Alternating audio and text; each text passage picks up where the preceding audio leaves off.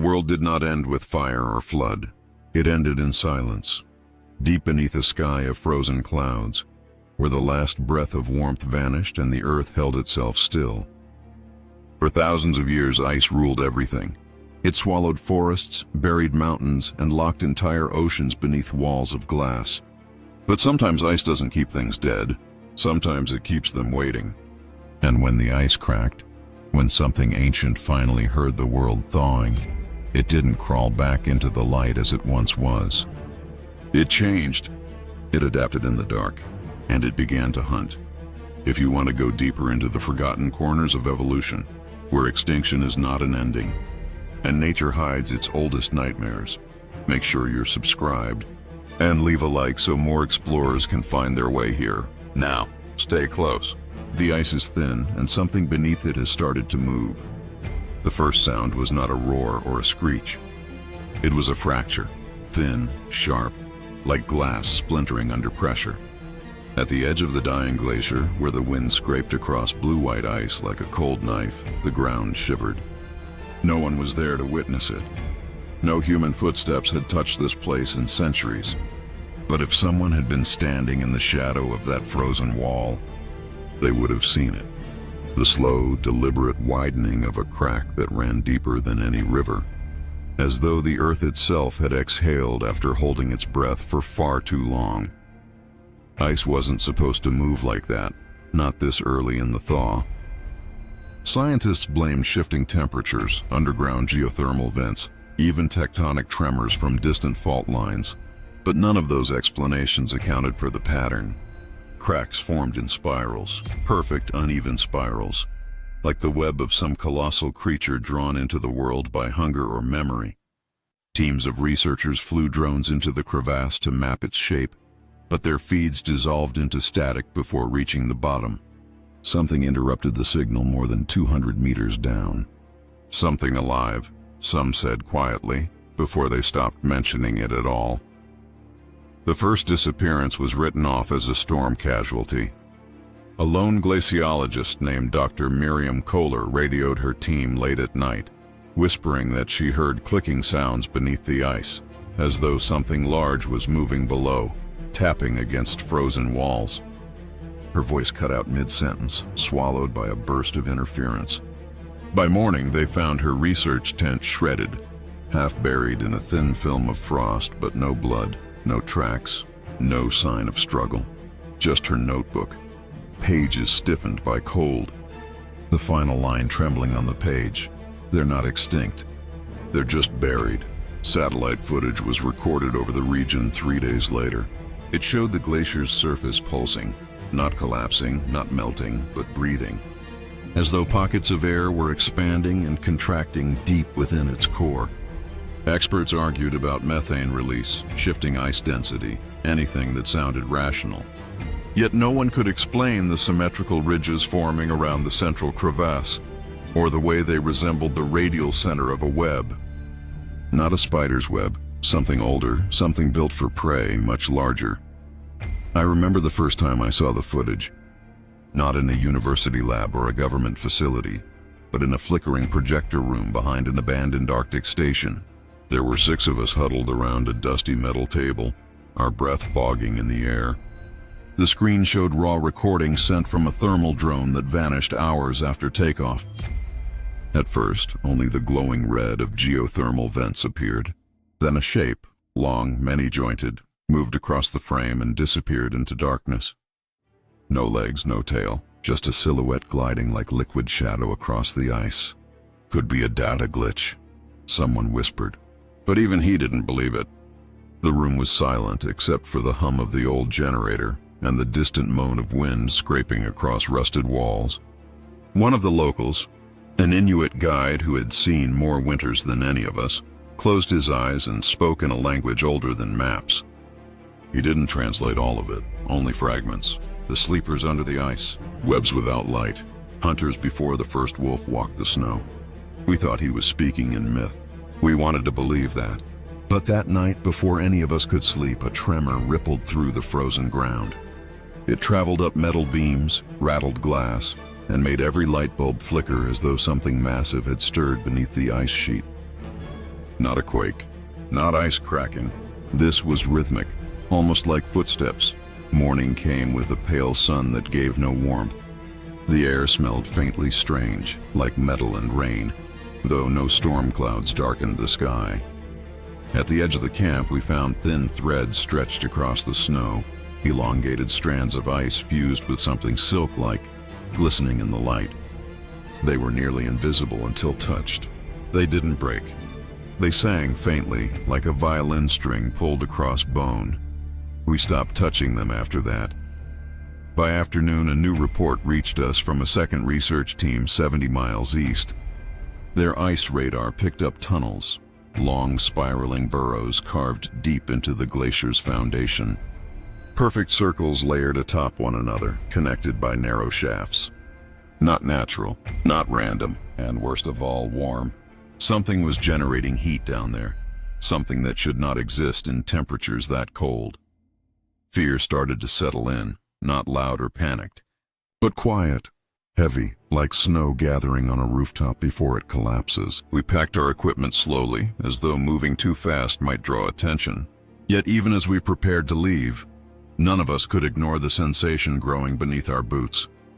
A pulse in the earth, a distant echo of movement, as though whatever waited beneath the ice was no longer sleeping but listening, and it was getting closer. We left before dawn, though the horizon barely changed color in this part of the world. The sun rose pale and exhausted, leaking a dull silver light over landscapes that looked untouched by time. The convoy of snow crawlers groaned over the frozen terrain, their metal frames coated in frost, engines muttering like old animals.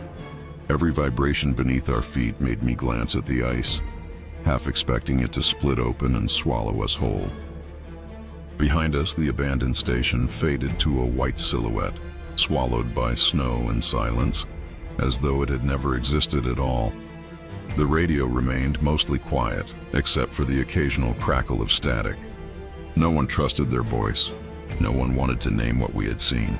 It wasn't until hours later, when the wind died and the ice fields opened into a vast valley of frozen lakes and jagged ridges, that I finally heard it again. The tapping. Faint at first, like sleet against glass, then sharper, rhythmic, a pattern that did not belong to ice.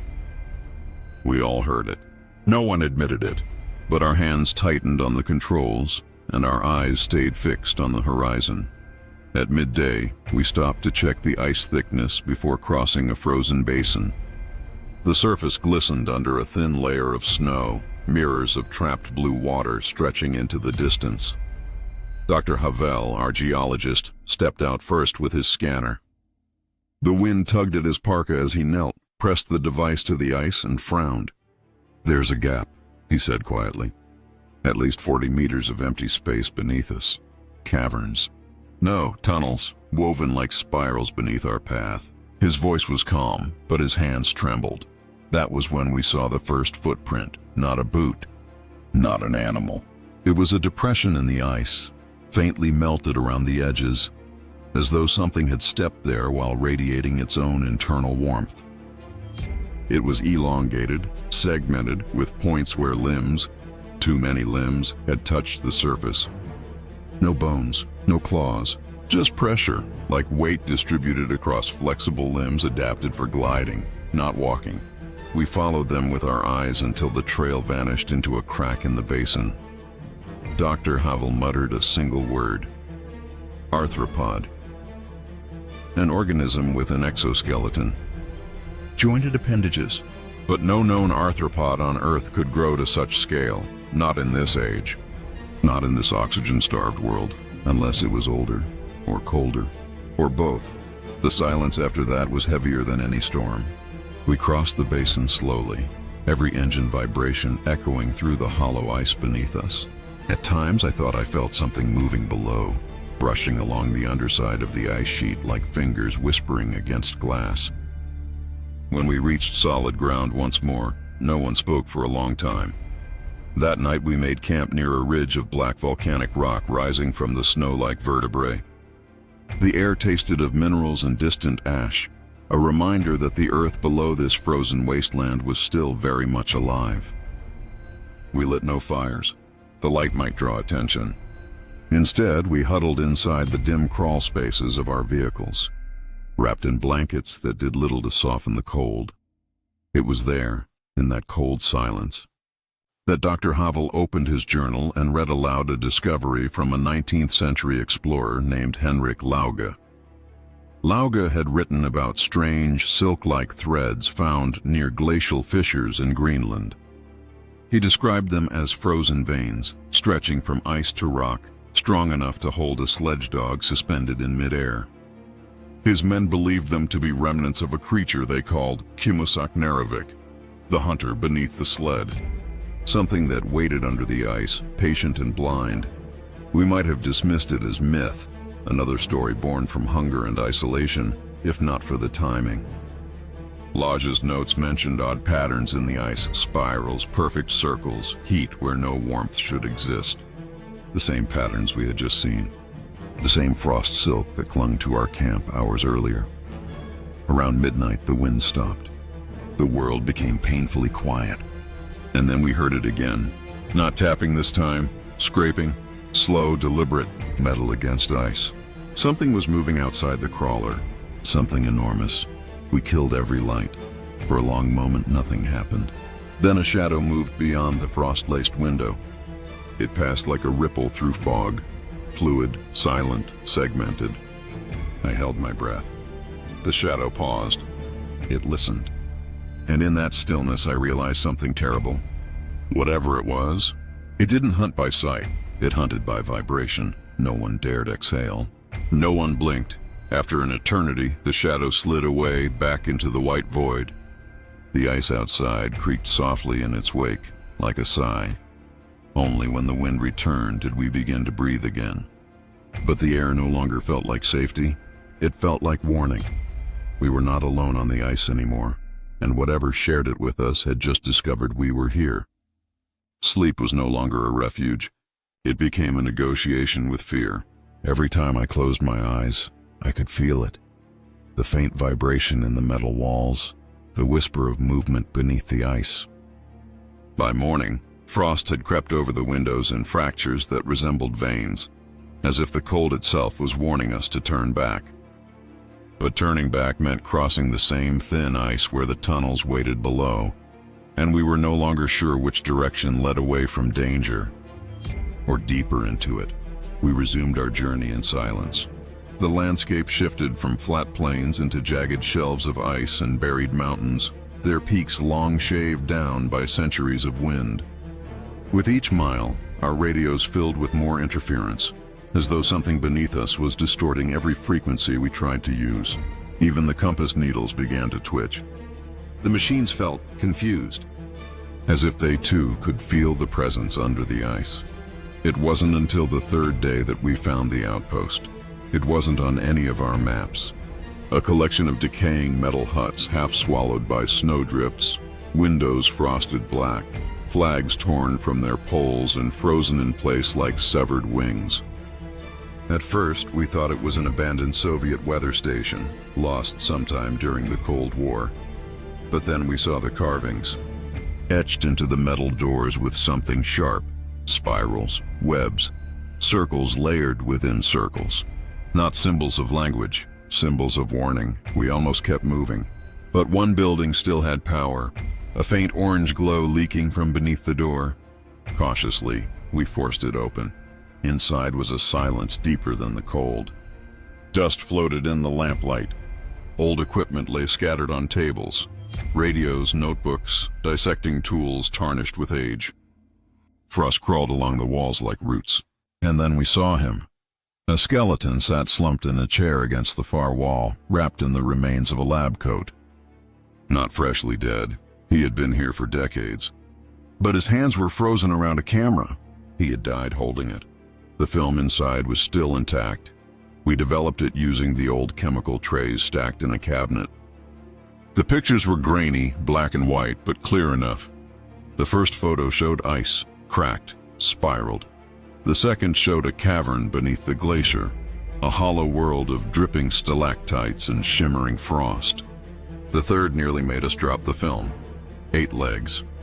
Not spindly like a spider's, but thick, armored, jointed like a centipede's, but ending in hooked, bristled tips.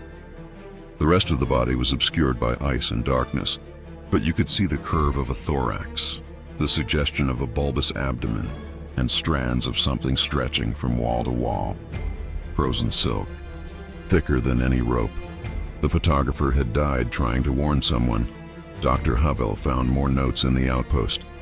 They were written in German, dated 1962. They told of a secret research division investigating subglacial arachnid megafauna after seismic anomalies suggested large-scale movement beneath Antarctic ice. The notes spoke of an organism, Araneae glacies rex, the king of the ice spiders, a creature thought to be from the late Carboniferous or early Permian epochs, when giant arthropods ruled humid forests and oxygen filled the air. But this species had never lived in forests. It lived beneath, in dark, pressurized worlds of ice and stone, where light never touched and prey wandered blindly. One line was underlined 3 times. It survived the extinction. It simply moved deeper. Outside, the wind screamed across the station roofs like a living thing. Some of us wanted to burn the outpost and run. Others wanted to keep the evidence, to expose it to the world. But before any decision could be made, the lights flickered, and the floor trembled. A low groan echoed through the ice. Not from beneath us this time, from around us. The ice walls near the outpost began to crack, not outward, but upward, as if something beneath was pushing. Testing the surface, a hairline fracture split across the ground, glowing faintly with heat. The temperature dropped so fast that our breath froze mid-air. We fled into the snow crawlers, engines roaring to life. As we drove away, I looked back one last time. The outpost was sinking, slowly, silently, being pulled down into the ice like prey dragged into a den. Snow whipped at the windows. My heartbeat matched the rhythm of the crawler's treads. No one spoke, but every one of us was thinking the same thing. This was not a new horror, it was an old one, and the ice was no longer strong enough to hold it. Ahead, a storm was forming on the horizon, swirling black, moving fast, like a curtain being drawn over the world. And somewhere inside that storm, something was waiting for us. The storm did not arrive with thunder.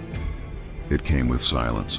The wind fell away, the sky dimmed to the color of steel, and snow began to drift downward in slow, deliberate spirals, as though gravity itself had grown cautious. We pushed the snow crawlers forward, engines growling as they carved through drifts that shifted like breathing sand. Behind us, the outpost was gone, the land smooth, unbroken, as if it had been erased. The ice did not leave graves. It simply forgot. Visibility shrank until the world became only what lay directly ahead of our headlights. White haze, jagged ridges, the shifting illusion of movement at the edge of sight. It was impossible to tell where sky ended and land began, yet beneath the quiet something pulsed. Not sound, not tremor, but a pressure in the bones, as if the ice below was exhaling, awakening things that preferred the world dark. We followed a valley between 2 ancient ice shelves, their walls towering above us like the ribs of a frozen leviathan.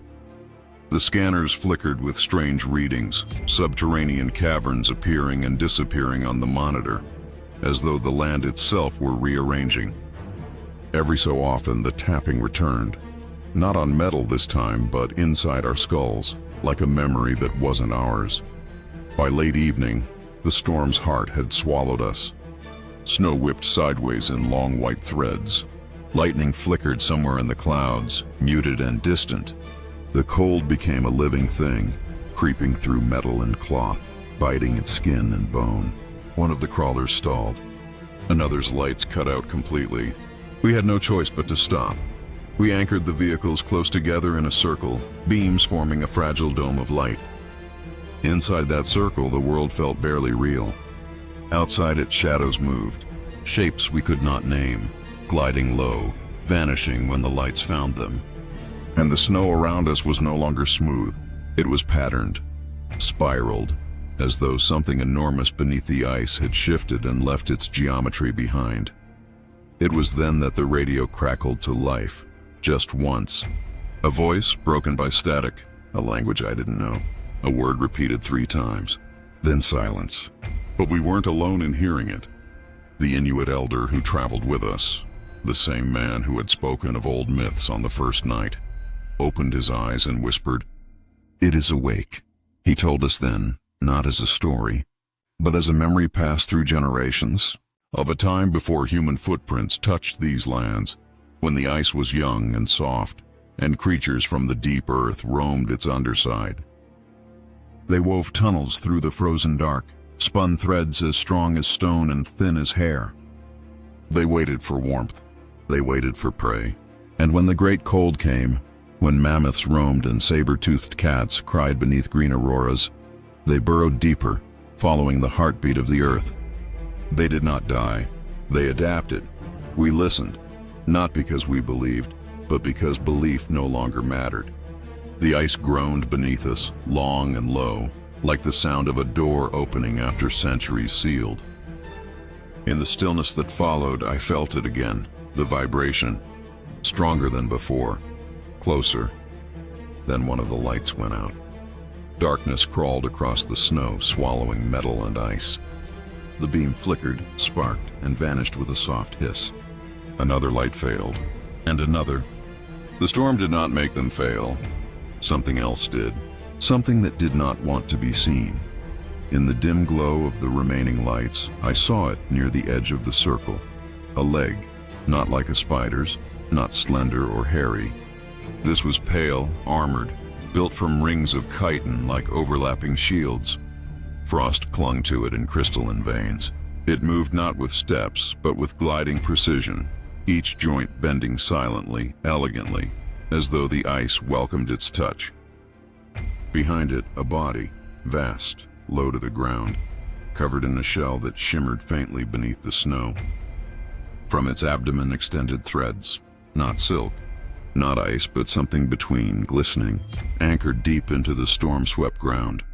It stopped, not because it feared us, because it listened. We held our breath. Somewhere far below, beneath our feet, another answered, a clicking rhythm, slow and deep, echoing through the ice like a pulse. Then another, and another, different pitches, different sizes, a chorus, waking. The leg withdrew into the blizzard. The lights finally died. Total darkness. We didn't scream. We were past screaming. We sat in silence, hearing only our own heartbeats and the distant, deliberate movements beneath the earth. The storm raged, but it was no longer the most dangerous thing around us. Minutes passed, or hours. Time bled away in the dark. Then somewhere beyond the black, a light appeared, not from us, a flickering torch. A silhouette moving toward us, human and yet wrong. Its motions were slow, marionette-like, as though pulled by invisible strings. Frost covered its face. Ice coated its limbs like armor, and behind it, barely visible strands of frozen silk clung to its back, leading into the dark. We watched, paralyzed, as it stopped at the edge of our camp, its head tilted, as if waiting for us to follow. For a moment, none of us moved.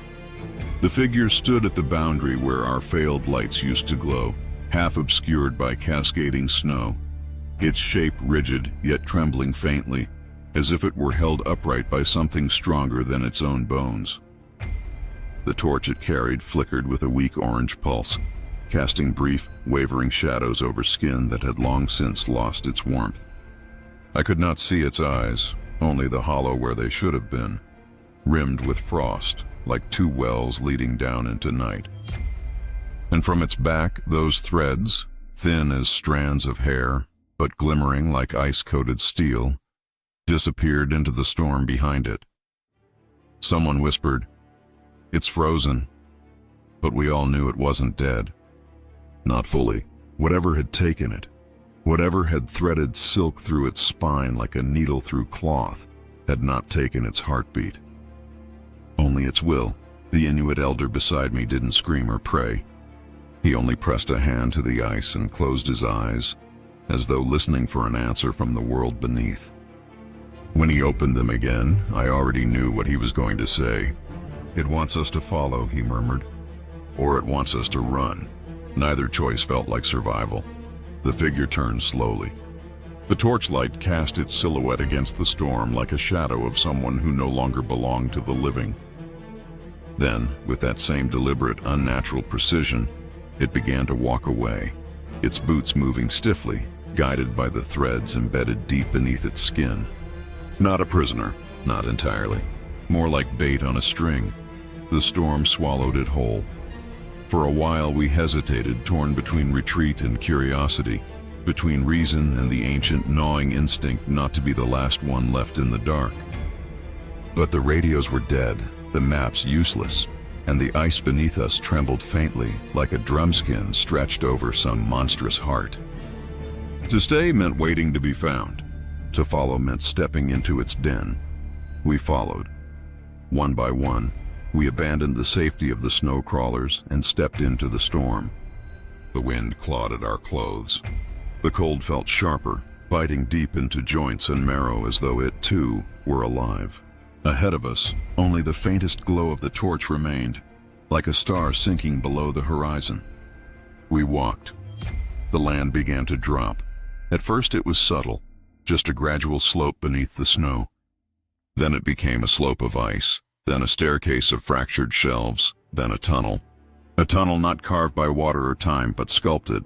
The walls were smooth and glistening, seamlessly fused like glass, but marked by those same spirals, etched in long, winding curves as though drawn by a creature circling in endless patience.